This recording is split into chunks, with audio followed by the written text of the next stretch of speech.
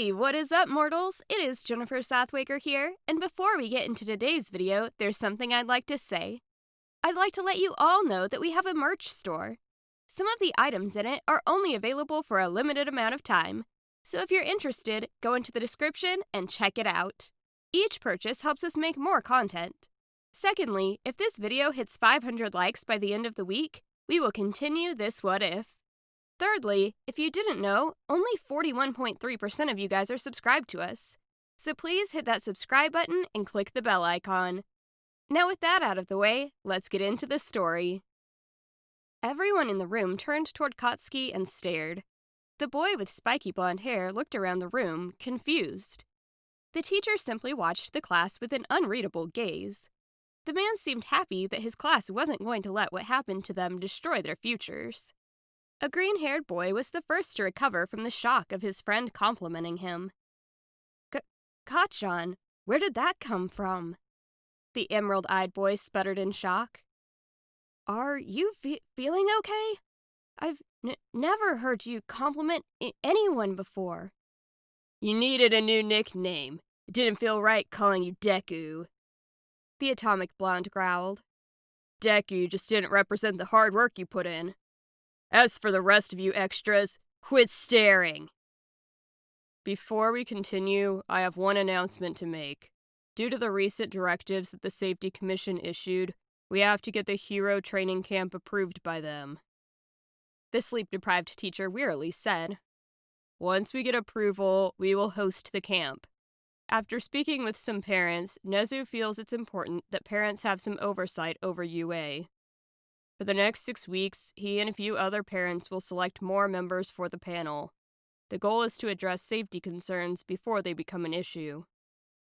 Everyone in Class 1A stared in shock at their teacher. It seemed the principal was trying to bring the parents into the fold when it came to the activities at UA. Recently, the public's opinion of UA was slowly rising. Between the human-feeling response to the sports festival and the announcement that the principal wanted to bring parents into the mix, meant UA was trying to shift away from the Safety Commission. The blue-haired boy was still furious that he couldn't stop the hero killer Stain, who is currently killing what he deemed to be fake heroes. After the class had finished critiquing each other's performance during the sports festival, the black-haired teacher turned the videos off. The rest of the week flew by. The only detail of note was that a group called the Meta Liberation Army had started to gain traction in the community. Several powerful villains vanished as the group began to gain power. A green-haired boy was carrying 2 bags in his arms as he stopped at the front gate of a tall building. He was the only one there aside from his explosive friend and his teacher, who was sleeping in his yellow sleeping bag. Kachan, did Sensei tell you what we're doing today once we move in? The green-haired boy excitedly stuttered. No. All that bastard said was All Might was busy, and Midnight would be teaching us today. The blonde-haired boy grumbled. I wish you would get more sleep. Borealis, how's the back? It did take the full impact of the Nomu. I've been having more nightmares lately. The bright emerald-eyed boy stuttered as he yawned. It always feels like I'm about to be killed. I don't even remember All Might coming to save me. All I remember was being punched in the face, then waking up in Recovery Girl's office. As the 2 boys talked, their sleeping teacher woke up and started eavesdropping on the conversation. It was a chance to hear how his students were dealing with the attack. The rest of the class started joining the discussion as they arrived. The blue-haired boy felt useless and weak. The explosive blonde hated his inability to help those in need, and the green-haired boy was traumatized by the situation. The rest of the students felt like they could have done more. The students were dealing with the trauma in their own way. The man resolved to keep a close eye on his students after today. He decided to help turn the attack into something they could learn and grow from, and then move past. His personal goal would be to make the attack a bad memory. Aizawa slowly got out of his sleeping bag as he made a mental note to talk to Principal Nezu about introducing some mental health classes into the curriculum. As he thought about it, he realized the green-haired boy's mother had probably suggested it to Nezu. Aizawa noticed the fierce determination in the boy's eyes. With a smirk about the similarities between mother and son, He moved towards the class with his sleeping bag folded in his right hand. Please leave your stuff in your dorm rooms. Once you enter the building, on your right is the room you've been assigned to and the key to the room, the black-haired teacher said in a monotone voice. We are picking hero names today. We have a new student joining the hero course, so don't be late. The class stared at the man as he walked towards the main building. The green-haired boy excitedly opened the brown door of the building and went inside. The first floor was empty, aside from 2 elevators on the left side of the room. Past the elevators was a stairwell leading to the other floors. There was another room just on the right side of the room. The walls were white and the floor was covered with brown carpet. On the right side of the room, there were 4 tables. Each table was labeled with a corresponding floor. The table closest to the door had the number 2 on its label. The table farthest from the door had the number 5 on its label. Izuku found his name on the table with the number 4 on it. His room was the furthest from the elevators. The green-haired boy was so excited to see the room he would be living in that he went to the stairs. It took a minute for him to make it to the top of the stairs. The green-haired speedster ran to the room that was the farthest from the elevators. He was pumped so full of nervous energy that it took him a few moments to unlock the door. Next to the bed was a pile of boxes waiting to be unpacked. He dropped one of his bags and closed the door. After locking the door, he ran down the stairs. A few minutes later, the green-haired boy made it to the 1A classroom. The teacher was sleeping in his yellow sleeping bag on the left side of the room by the window. The only other person in the room was a fellow student that Izuku recognized from the sports festival. The boy had purple hair and bags under his eyes. He was slouching in an extra seat in the back of the classroom. The green-haired boy took his seat as he waited for the rest of the class to arrive. The emerald-eyed boy got lost in thought as he tried to come up with a possible hero name. After 5 minutes, the rest of the class started to filter into the room. As the class started to talk excitedly about the process of picking a hero name, the teacher slowly started to wake up. The black-haired teacher got out of his sleeping bag and walked to the front of the room. His eyes turned red as he activated his quirk. The class quickly went silent as their teacher started to address them. The purple-haired kid in the back is Satoshi Shinso. Today you will be picking hero names.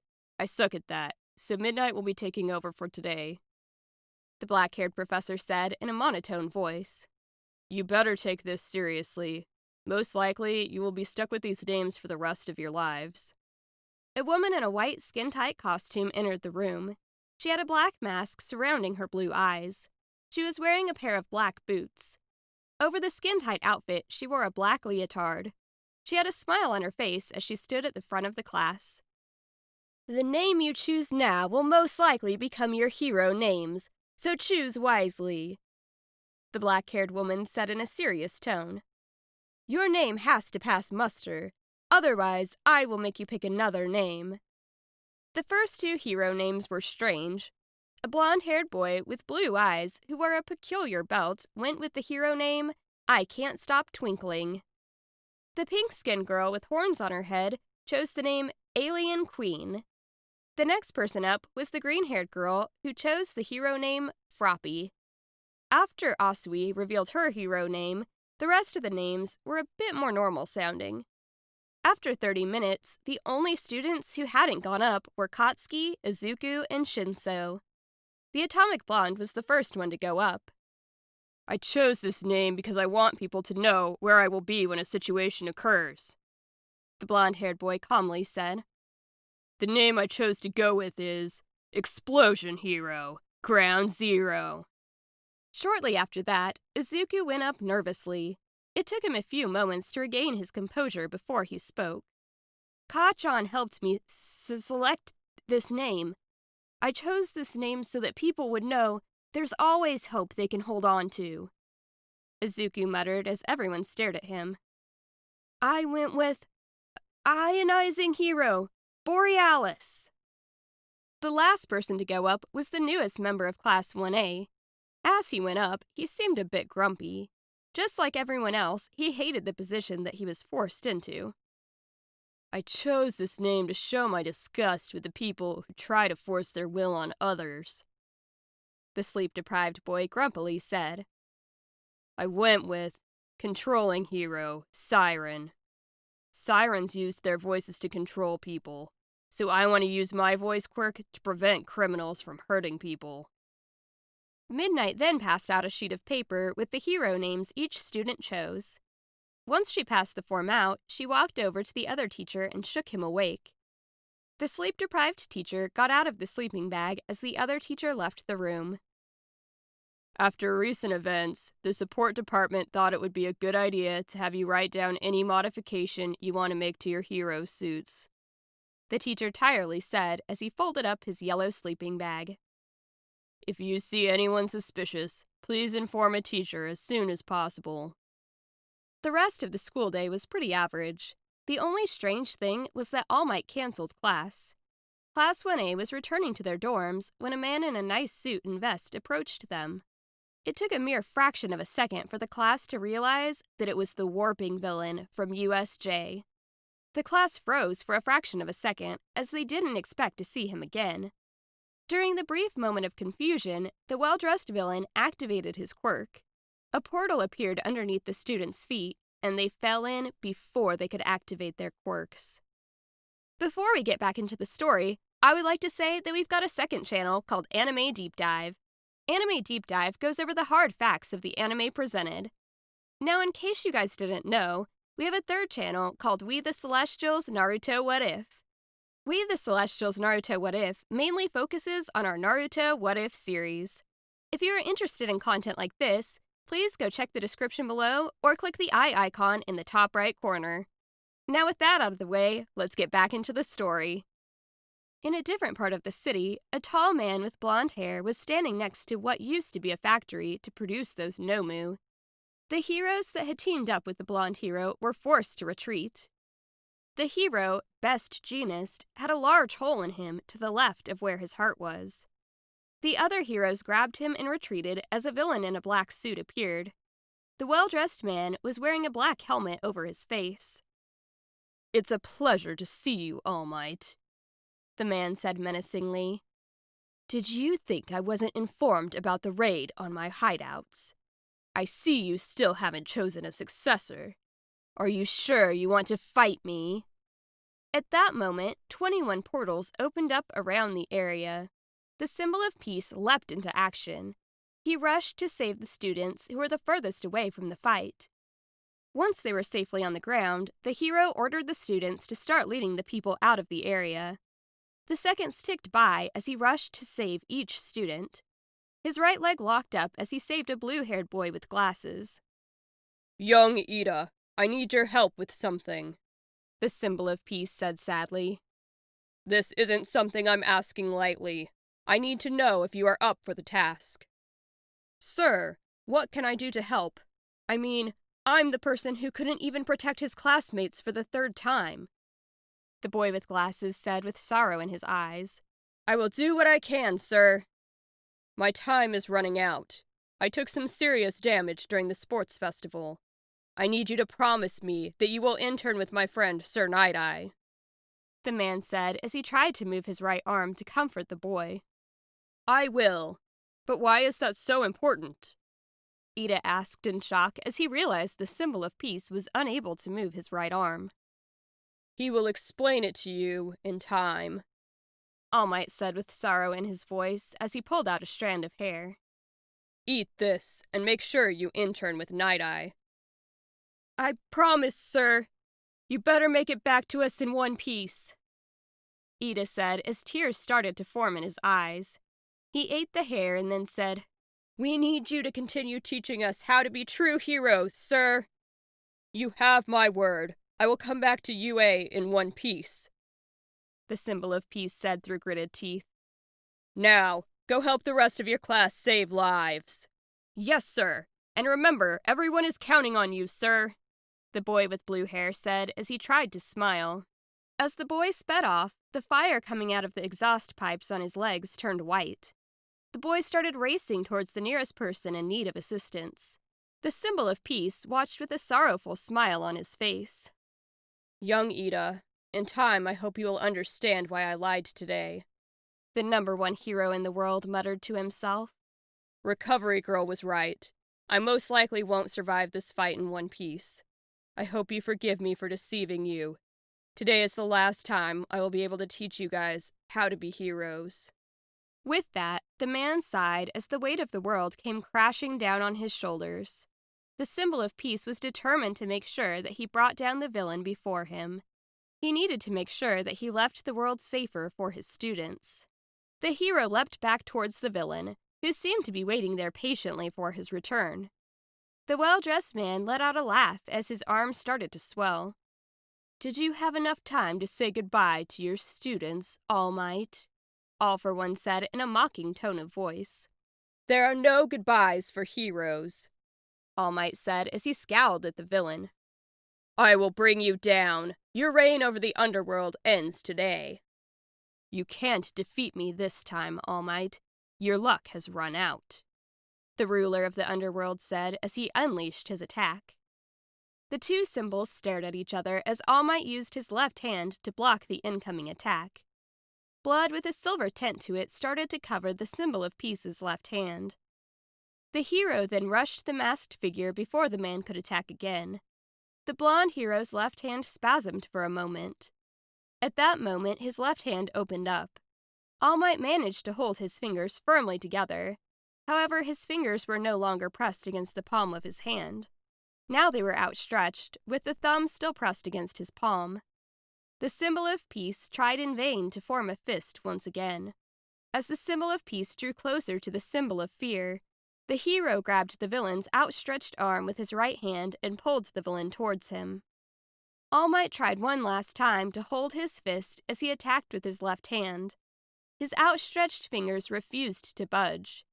At that moment, All Might's left hand stabbed through All for One's flesh. As All Might pulled his hand out, he left some of his blood behind in his nemesis. The man in the mask's left arm slowly expanded as spikes started to emerge from his arm. All for One threw a straight left punch into the chest of the symbol of peace.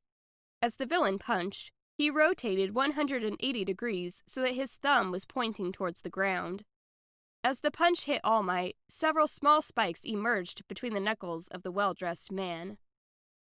Just after the moment of impact, the villain's left arm shrank as it released a large amount of compressed air directed at All Might.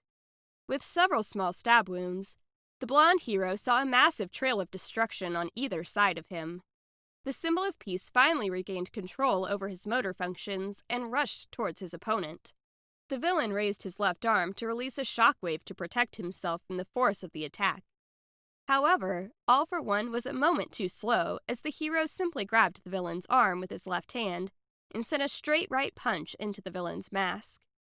The force of the blow destroyed any of the surrounding buildings that were still standing. The two foes were locked in combat, surrounded by the destruction of several city blocks. The mask covering the villain's face broke under the impact of the blow. The villain was completely bald. He was missing his two eyes. The villain simply smiled as he started to heal from his injuries. Several cries for help could be heard off in the distance. Behind the villain, a series of explosions could be heard. To the left of the two combatants, a constant rumble of thunder could be heard. The other two directions were deceptively quiet. "Mr. Symbol of Peace, doesn't this bother you? Your students are risking their lives trying to save people." All for One taunted as he kept a smile on his face. "Shouldn't you be trying to save the lives of those innocent people so your students can make their way to safety?" "My students are training to be heroes. I have faith that they will make it through this," the symbol of peace said as he started to get angry. "Taking you down will mean a safer tomorrow for everyone." "What's with that frown, All Might? Shouldn't the symbol of peace have a smile on his face?" the villain taunted as he started to build up energy in his right arm. The symbol of peace started to deflate as he was slowly running out of energy. He pushed more than 100% of his power into his right arm and rushed the villain. All for One raised his right arm and caught the punch being thrown at him. As the force of the impact occurred, the villain released the energy he had built up. A ball of bright red energy enveloped the two. The explosion simply vaporized anything within 50 feet of the blast. The shockwave from the blast caused buildings to collapse if they were within 200 feet of the explosion. As the dust began to settle, two figures could be seen at the center of the explosion. The villain's suit was in ruins. Both sleeves were entirely vaporized, and there were several tears in the fabric of his clothing around his body. All for One was bleeding from his forehead as the symbol of peace kept bringing his forehead down on the villain. The villain kept an unnerving smile on his face. Unlike the hero, as he was fighting, the burns and wounds on his body slowly began to heal. However, the wound on his forehead began to ooze blood that had a silver color in it. The symbol of peace's right arm was covered in third-degree burns. He had a bone sticking out of the arm in two places. The hero was missing his right ear, which was burned off in the explosion. His right eye was burned closed. Bone and muscle could be seen on All Might's face as his skin was partially burned off. At this point, the symbol of peace was forcing himself to stay in his hero form. For a couple of seconds, neither of them were capable of moving. Both of them found that something was impairing their ability to move. After 30 seconds, the two jumped apart. The atmosphere surrounding the fight had changed. Both had scowls on their faces. Neither of them were willing to back down. It was almost as if the victor would be decided by who fell first. The villain briefly flexed his right hand, almost as if he was trying to detect why he was having issues moving it. The symbol of peace looked at his body through his one good eye. He noticed that his muscles were starting to twitch. His right arm appeared almost completely useless. Despite his body reaching its limits, he was determined to bring his opponent to justice. He knew from the state of his body that he only had the strength left for one last blow. Their gazes met once they finished examining their own bodies. All for One covered his right fist in spikes. A stream of fire started being released from his right elbow. His arm began to slowly enlarge once again. The symbol of peace simply let the rest of his body deflate and poured the last of his strength into his left arm. The two started to move towards each other once again. All Might's blow landed first. As his left hand collided with All for One's face, he yelled out, "United States of Smash!" All for One's right arm hit the symbol of peace on the left side of the body. All Might felt the ribs on the left side of his body shatter as the spikes pierced his body. All for One felt bones on the right side of his face being crushed under the power that the symbol of peace had put into his fist. The two were standing straight, staring at each other for a few moments. The spikes the villain created slowly broke apart as he coughed up blood that looked completely silver in color. The symbol of peace's left arm slowly started to revert to its regular form as the strength slowly faded from his body. Both All Might and All for One simply collapsed as the last of their strength slowly vanished.